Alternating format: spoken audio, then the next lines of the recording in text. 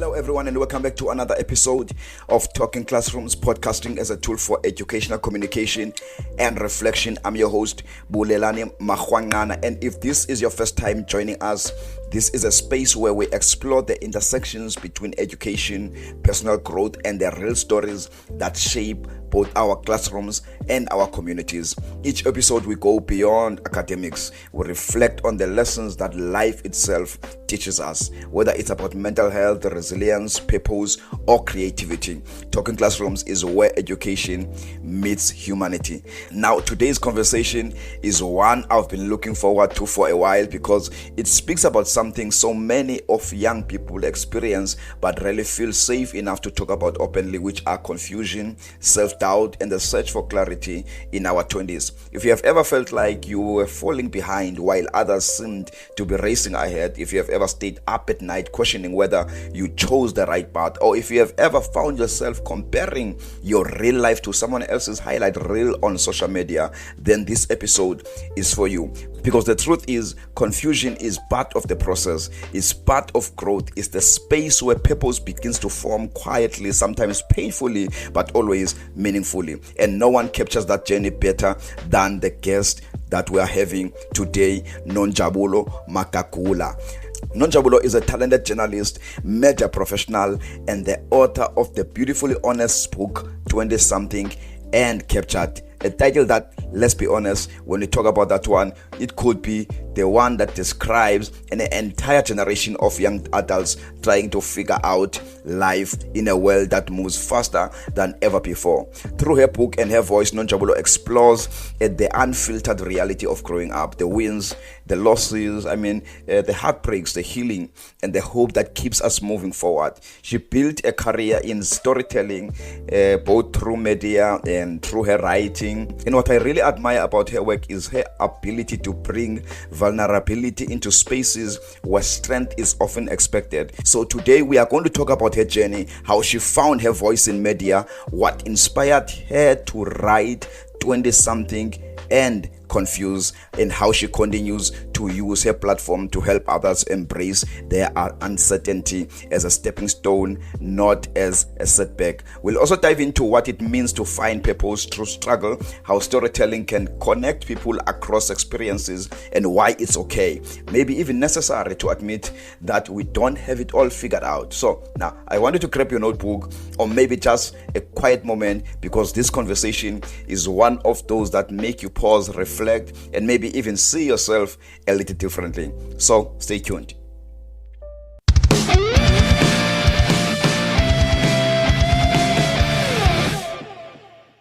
So Nonjabulo, thank you for taking this time. I know you have a busy schedule.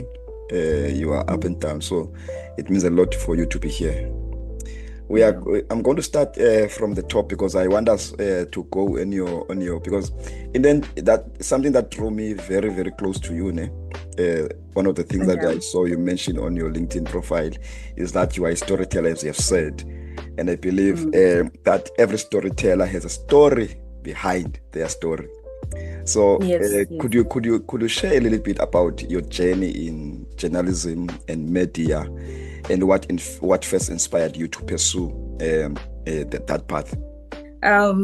Firstly, I feel like growing up, I've always wanted to be in the media space. That's what I've always wanted. Mm-hmm. But as you grow older, we do have a change of heart. Mm-hmm. For example, when I got to varsity, my first option was in journalism. Okay. It was public relations. And so, it so happened that the PR group was now saturated, so now I had to go into journalism. Okay. But more than anything, I feel like that was me going back to that young girl that I've always wanted to be in the media space. So that's how I got into journalism. It's been it's such a difficult field, but it's very, very informative. It's very it's a learning curve, I would say, because I feel like I've really met myself in the field. I've really met who I really am under pressure also. So I don't know if I'm answering the question. Wow, no, that's such a powerful start, by the way. And Yeah. it's very fascinating how personal experience often fuels creative work that you are doing. I want us to conversate today, ne? All right. Yeah. So Love that. now talk about 20 something, ne? And confused. Hey, that one. What inspired you like to write that one? Like what do you hope like your readers to take away from it? Yeah, that's such a good question. Firstly, I didn't think I was gonna be a book author. Like, I never thought it was gonna be something that was not in my bucket list. Yes. But yeah, like I graduated in 2022. Okay. And so like I had just landed my first job, so excited, like we always have these anticipations that like when you get a job, this is what you're gonna do with your life, this is how your career is gonna take off. And also like you're so ambitious, like you just want to take your career to the next level. So it so happened that I got into this job, which I was excited and grateful for. I worked a couple of months there, but something about that place like really was not challenging me that much. And also like I feel like so many things that were happening in that place really brought a lot of confusion in me, myself personally, to say, is this something that I want to do like long term? Is this what I want to do? Is this what it means to have like a dream career? Is this my dream job? So I was just like so confused, not just by the job itself, but by life around me. So this one moment I had just skipped work, which I'm not proud of. I had just skipped work and I'm like, you know what? I'm actually confused. I'm 20 something and I'm confused. And I remember saying that to my best friend. I'm like, I'm so confused. I don't know where to go. I don't know what I'm doing with my life. Mind you, I do have a job, but like I genuinely don't know what I'm doing with my life. And that's how 20 something and confused came about. And I'm like, I am so confused. And if I'm confused, then there's someone out there who's confused.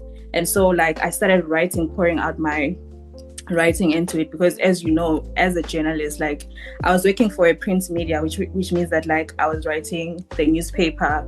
I was basically just chasing stories, but instead like I was writing creatively, which is something that really brings me joy. I'm a creative by nature, so the formal structure, like I don't mind it as a job, but when it comes to something very creative, that's where I'm at. So that's how 20 something and confused came about. And just to sort of answer the next question, the other question that you asked me, as to what do I hope readers can get out of that. I feel like as people in our 20s, we have this perception that like at this particular age, I want to have this and that. At this particular, like we have these timelines of which we never live up to them, because life is never guaranteed. Like no one knows, because at this point in time, this is what's going to happen.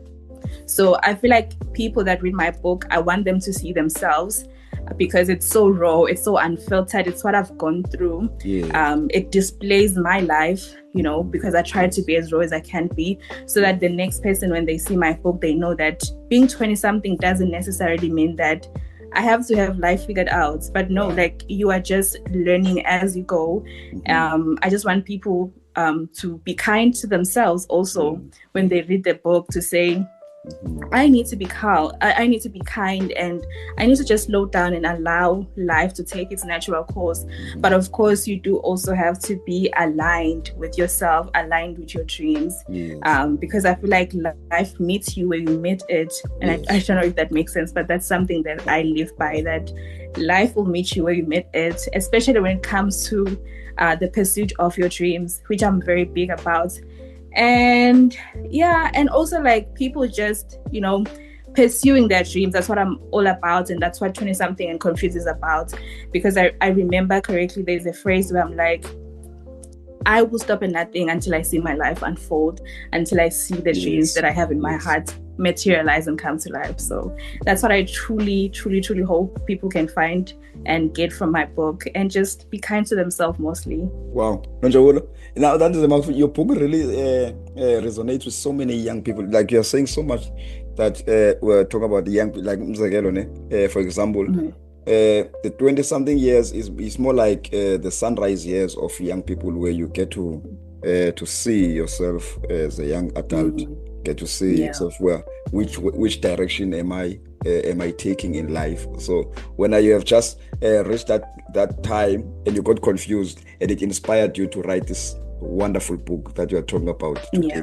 It's very much inspiring, and I believe that behind every honest story, because your story is so honest and it's so straightforward, and I know that behind every honest story there's often there's life, there's lived experiences. So it's very much inspiring. As I'm listening to you, I'm thinking about a time also in my life where you really get lost as a young person and not knowing where to go. You understand? So it's a good one. So now when moving along now, what are some of the because you mentioned so many struggles, Anne, even at work and being confused in the middle of all that noise. So what are the biggest struggles you faced in your 20s, and how did you navigate them? So many struggles. I feel like everyone in their 20s, like, that's what they experiencing, struggles of the struggles. But one of it is life after graduation. Wow. That is such a heavy subject, because at school you have this perception that this is what's gonna happen. Like, you have everything planned out. This is how my life is gonna look like. You know, you're getting but back, life after, you know what I mean? Like, you feel like now I'm just gonna my career's gonna take off. But the reality is that you need to calm down. Like, the reality will just hit you in your face that there's so much work that has to go into that. So for me, I feel like life after graduation really threw me, in the pits, because that's where I really got to learn that I should have invested so much in building my online presence, or even networking, because now we also have platforms like LinkedIn, of which is a platform where you met me at. Without LinkedIn, you wouldn't have known I existed. So to invest such time in those platforms, I feel like that was one of the biggest struggles, to say now I'm navigating the career life and the industry, and I really don't know who to go to in the industry, and which of course, like, LinkedIn is a platform where now you meet a lot of people that are going to now give you the ropes to say this is the direction that you're supposed to take. So I'd say life after graduation, and also I feel like another thing that I have struggled with is overnight success. In my mind. It's imaginary. Exactly. Like, you think that it exists, but it does not. There's no such thing as overnight success. There's so many instances in my life where I was moving and running with that mindset that this is supposed to work like today, tomorrow, the next month, whereas like in real life, that's not how life works. I'm gonna make a quick example. I started my YouTube channel back in the day. I was uploading a lot of videos, and in my mind I wanted to like get immediate reaction, because that's what we see in other people. But what we don't know is that these people have put in a lot of work to get to where they are. So I feel like that's one thing I've struggled with, because at the time I had to take down all the videos because of disappointment. I felt like things were not working, whereas like maybe they were working. Sometimes you have to stay the course in whatever that you are trying to do. I would say that those two major, life after graduation and overnight success, I know there are a lot of struggles, but I just like to camp on those ones, because I feel like a lot of people struggle with that. Like, they just want to see everything flourish immediately, whereas like that's not how life works. So Well, I feel like you asked me a question of as to how did I now overcome that. Just wanna like go through that also.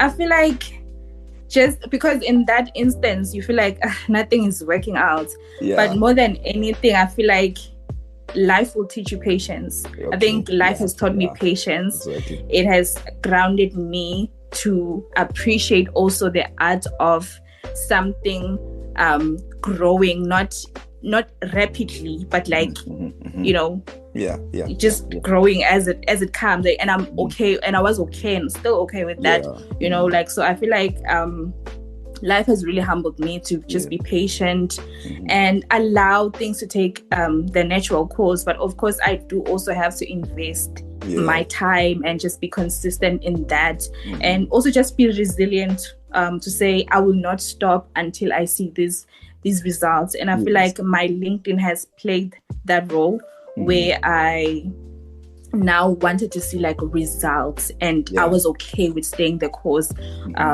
of which I did, and I still am there, and I'm genuinely proud of me and people that stay the course, because it's really, really important. So yes, very much.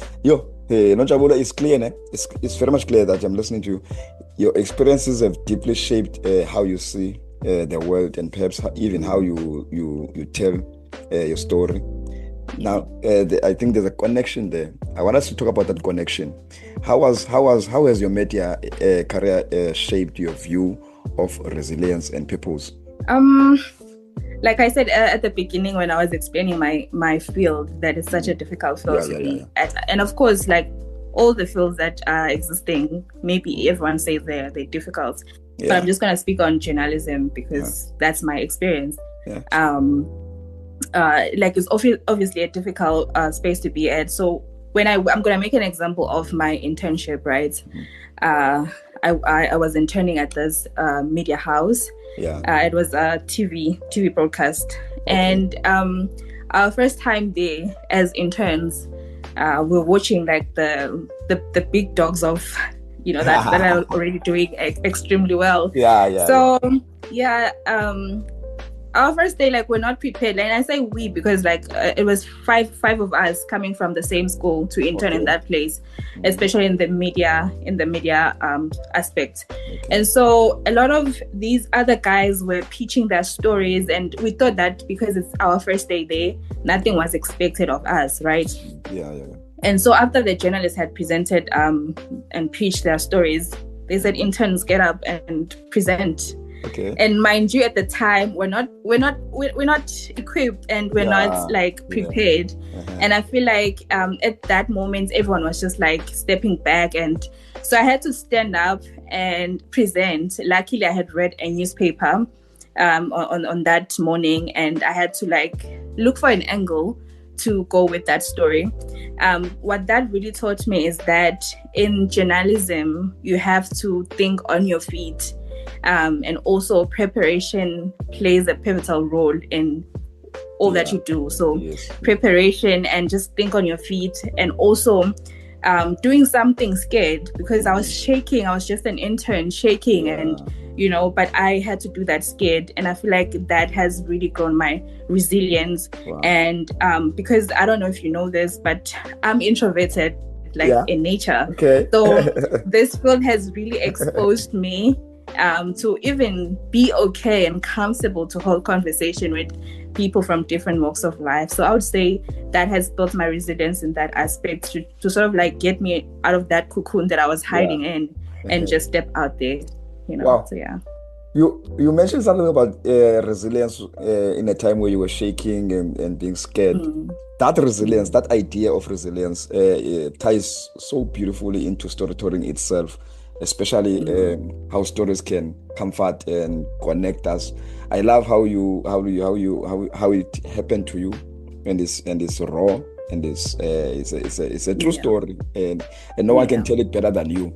You see, so now how can now books and journalism help young people feel less alone in their struggles? Because I believe they are going through different struggles. Young people that are much they differ in some degree, level of degree, or as far they are much different. So I want you now, as a book writer, to tell to just dwell there, tell us about books and journalism.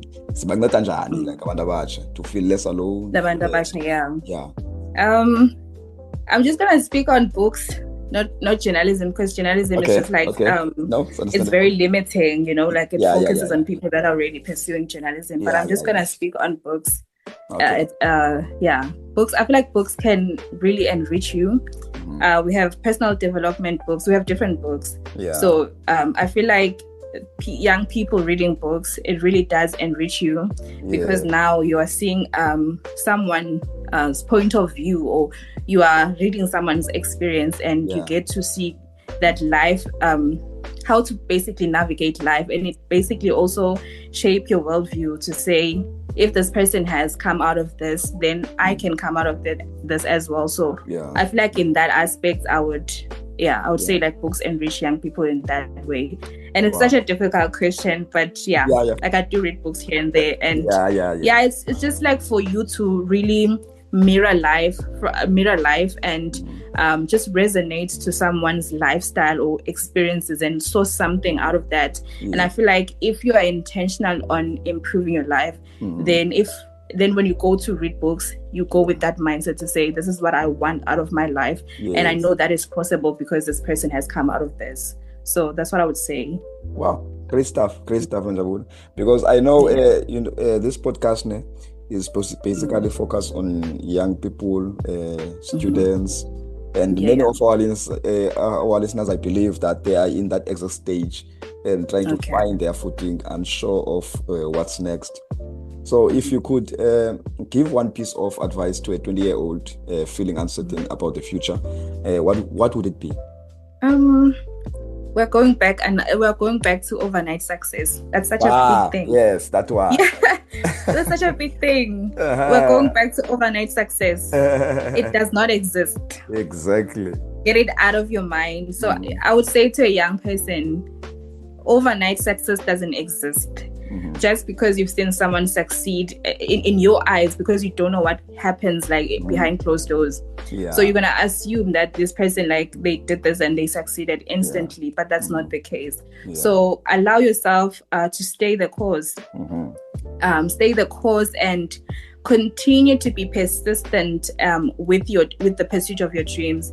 And I feel like you become even more passionate and more alive if you pursue something that's really in your heart. And I'm so grateful to be doing that as a career, to pursue something that you love, because now it doesn't feel like a job, like it comes naturally from you. And I would say that, like, overnight success doesn't exist. And also be kind to yourself. That's very important. Be kind to yourself. There's a section in my book that talks about comparison being a tool to take away like focus from what you are supposed to do or what you are meant to do. Like, it's really important to just stay in your lane. Do not compare yourself, because things happen in different seasons. And that's what I would say to young people. Just, overnight success doesn't exist. Be kind to yourself. Do not compare yourself. Do not compare yourself, so that's what I would say to young people. Yes, Nonjabulo, that's very inspiring. It's truly, truly inspiring. And just in addition, yes. To young people also, like people that want to just penetrate different industries, and it's important that you also research about your industry. Do thorough research, and also build your online presence. Do it while you're still at school, even, because what that does is expose you to people who might be in the position to offer you jobs, because now the currency is online presence. Like, your online presence is basically your CV. That's how people get to know you for who you are, like through your display of your expertise, your skills, the things that drive you, basically. So Wow, thank you very much, Nonjabulo. You have said so much, so many words that are so inspiring as I'm listening to you. And before we wrap up, let's look forward, because your journey doesn't stop here. I believe it won't stop here. So looking ahead, what projects or goals you are most excited about? Because we're wrapping up the year, like I feel like we're wrapping up the year, but anything can still happen, So one project I'd say I'm excited about, like, is a podcast that's still in the works. I haven't recorded anything, but it's still in the works. That's good. Podcast titled Unfiltered Conversation with Nonjabulo. What that will cover is just like uncover a lot of. Can I invite? Wait. Can I invite myself? Please. please, please, I'm please. officially inviting myself on that first episode. Yes. So just unfiltered conversation. Like if people that know me from LinkedIn, they know that I'm someone who's not afraid to speak about uncomfortable things. And I feel like I make that relatable because a lot of people want to appear perfect and all of those jazz. But I feel like it's really important to talk about conversation so that like we are aware what's going on in the world. So I feel like that's a podcast that's coming up. I don't know when the time is right, I hope. So that's a project I'm really, really excited about, and people should be on the lookout. Wow. Nonjabulo, thank you very much. You have so much ahead of your life, and I think I'm watching you also on LinkedIn. I'm following you, but you don't see me behind the scenes. Behind the you're one of the silent readers. I'm one of the silent readers. I see what's happening. Yeah, like people are complaining. They're like, where are the people? Why are they not engaging? Gandhi, it's just you know what? Let me disappoint you. I'm gonna start engaging. Exactly. Please do that because it really encourages the person to say, "Oh, I'm not talking to myself." Yeah. It's really wonderful. Thank you very much, Nonjabulo. Your time is very precious, and I appreciate it. Wow, what an incredible and heartfelt conversation that was. As I sit here reflecting on everything Nonjabulo shared, I can't help but think about how powerful it is when someone chooses to speak openly about the things so many of us hide. You mean the confusion, the uncertainty, the feeling that maybe we are not moving fast enough or that we are falling behind.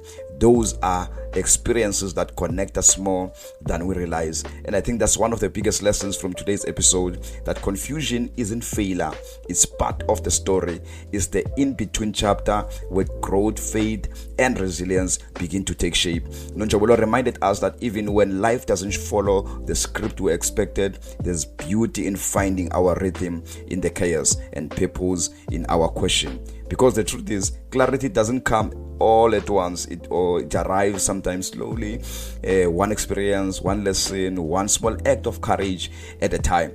And that's what Talking Classrooms is all about. It's about learning, not just from textbooks or lectures, but from the life itself. It's about hearing voices like Nonjabulo's and realizing that education extends beyond the classroom walls. It's in how we reflect, how we heal, and how we grow. If today's conversation spoke to you, if it reminded you that it's okay to not have everything figured out, I want to encourage you to share this episode with someone who might need that reminder too. Maybe a friend, student, or a colleague who's been feeling lost or uncertain about their path. Because sometimes all someone needs is to hear you are not alone. You are just in the middle of becoming. I want to extend my deepest gratitude to Nonjabulo Makakula for joining me on this episode, for her vulnerability, her honesty, and her voice.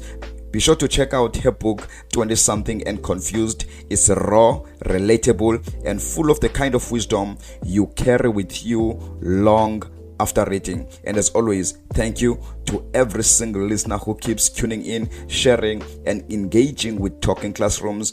You are the heartbeat of this platform. Don't forget to follow us on Spotify, Apple Podcast, and LinkedIn so you don't miss the next episode. And if today's conversation resonated with you, leave us a short review. It really helps the podcast to grow and reach more people who believe, just like us, that education is about more than just grades. It's about growth. Until next time, remember, your story, your voice, and your journey matter. Keep learning, keep reflecting, and keep becoming.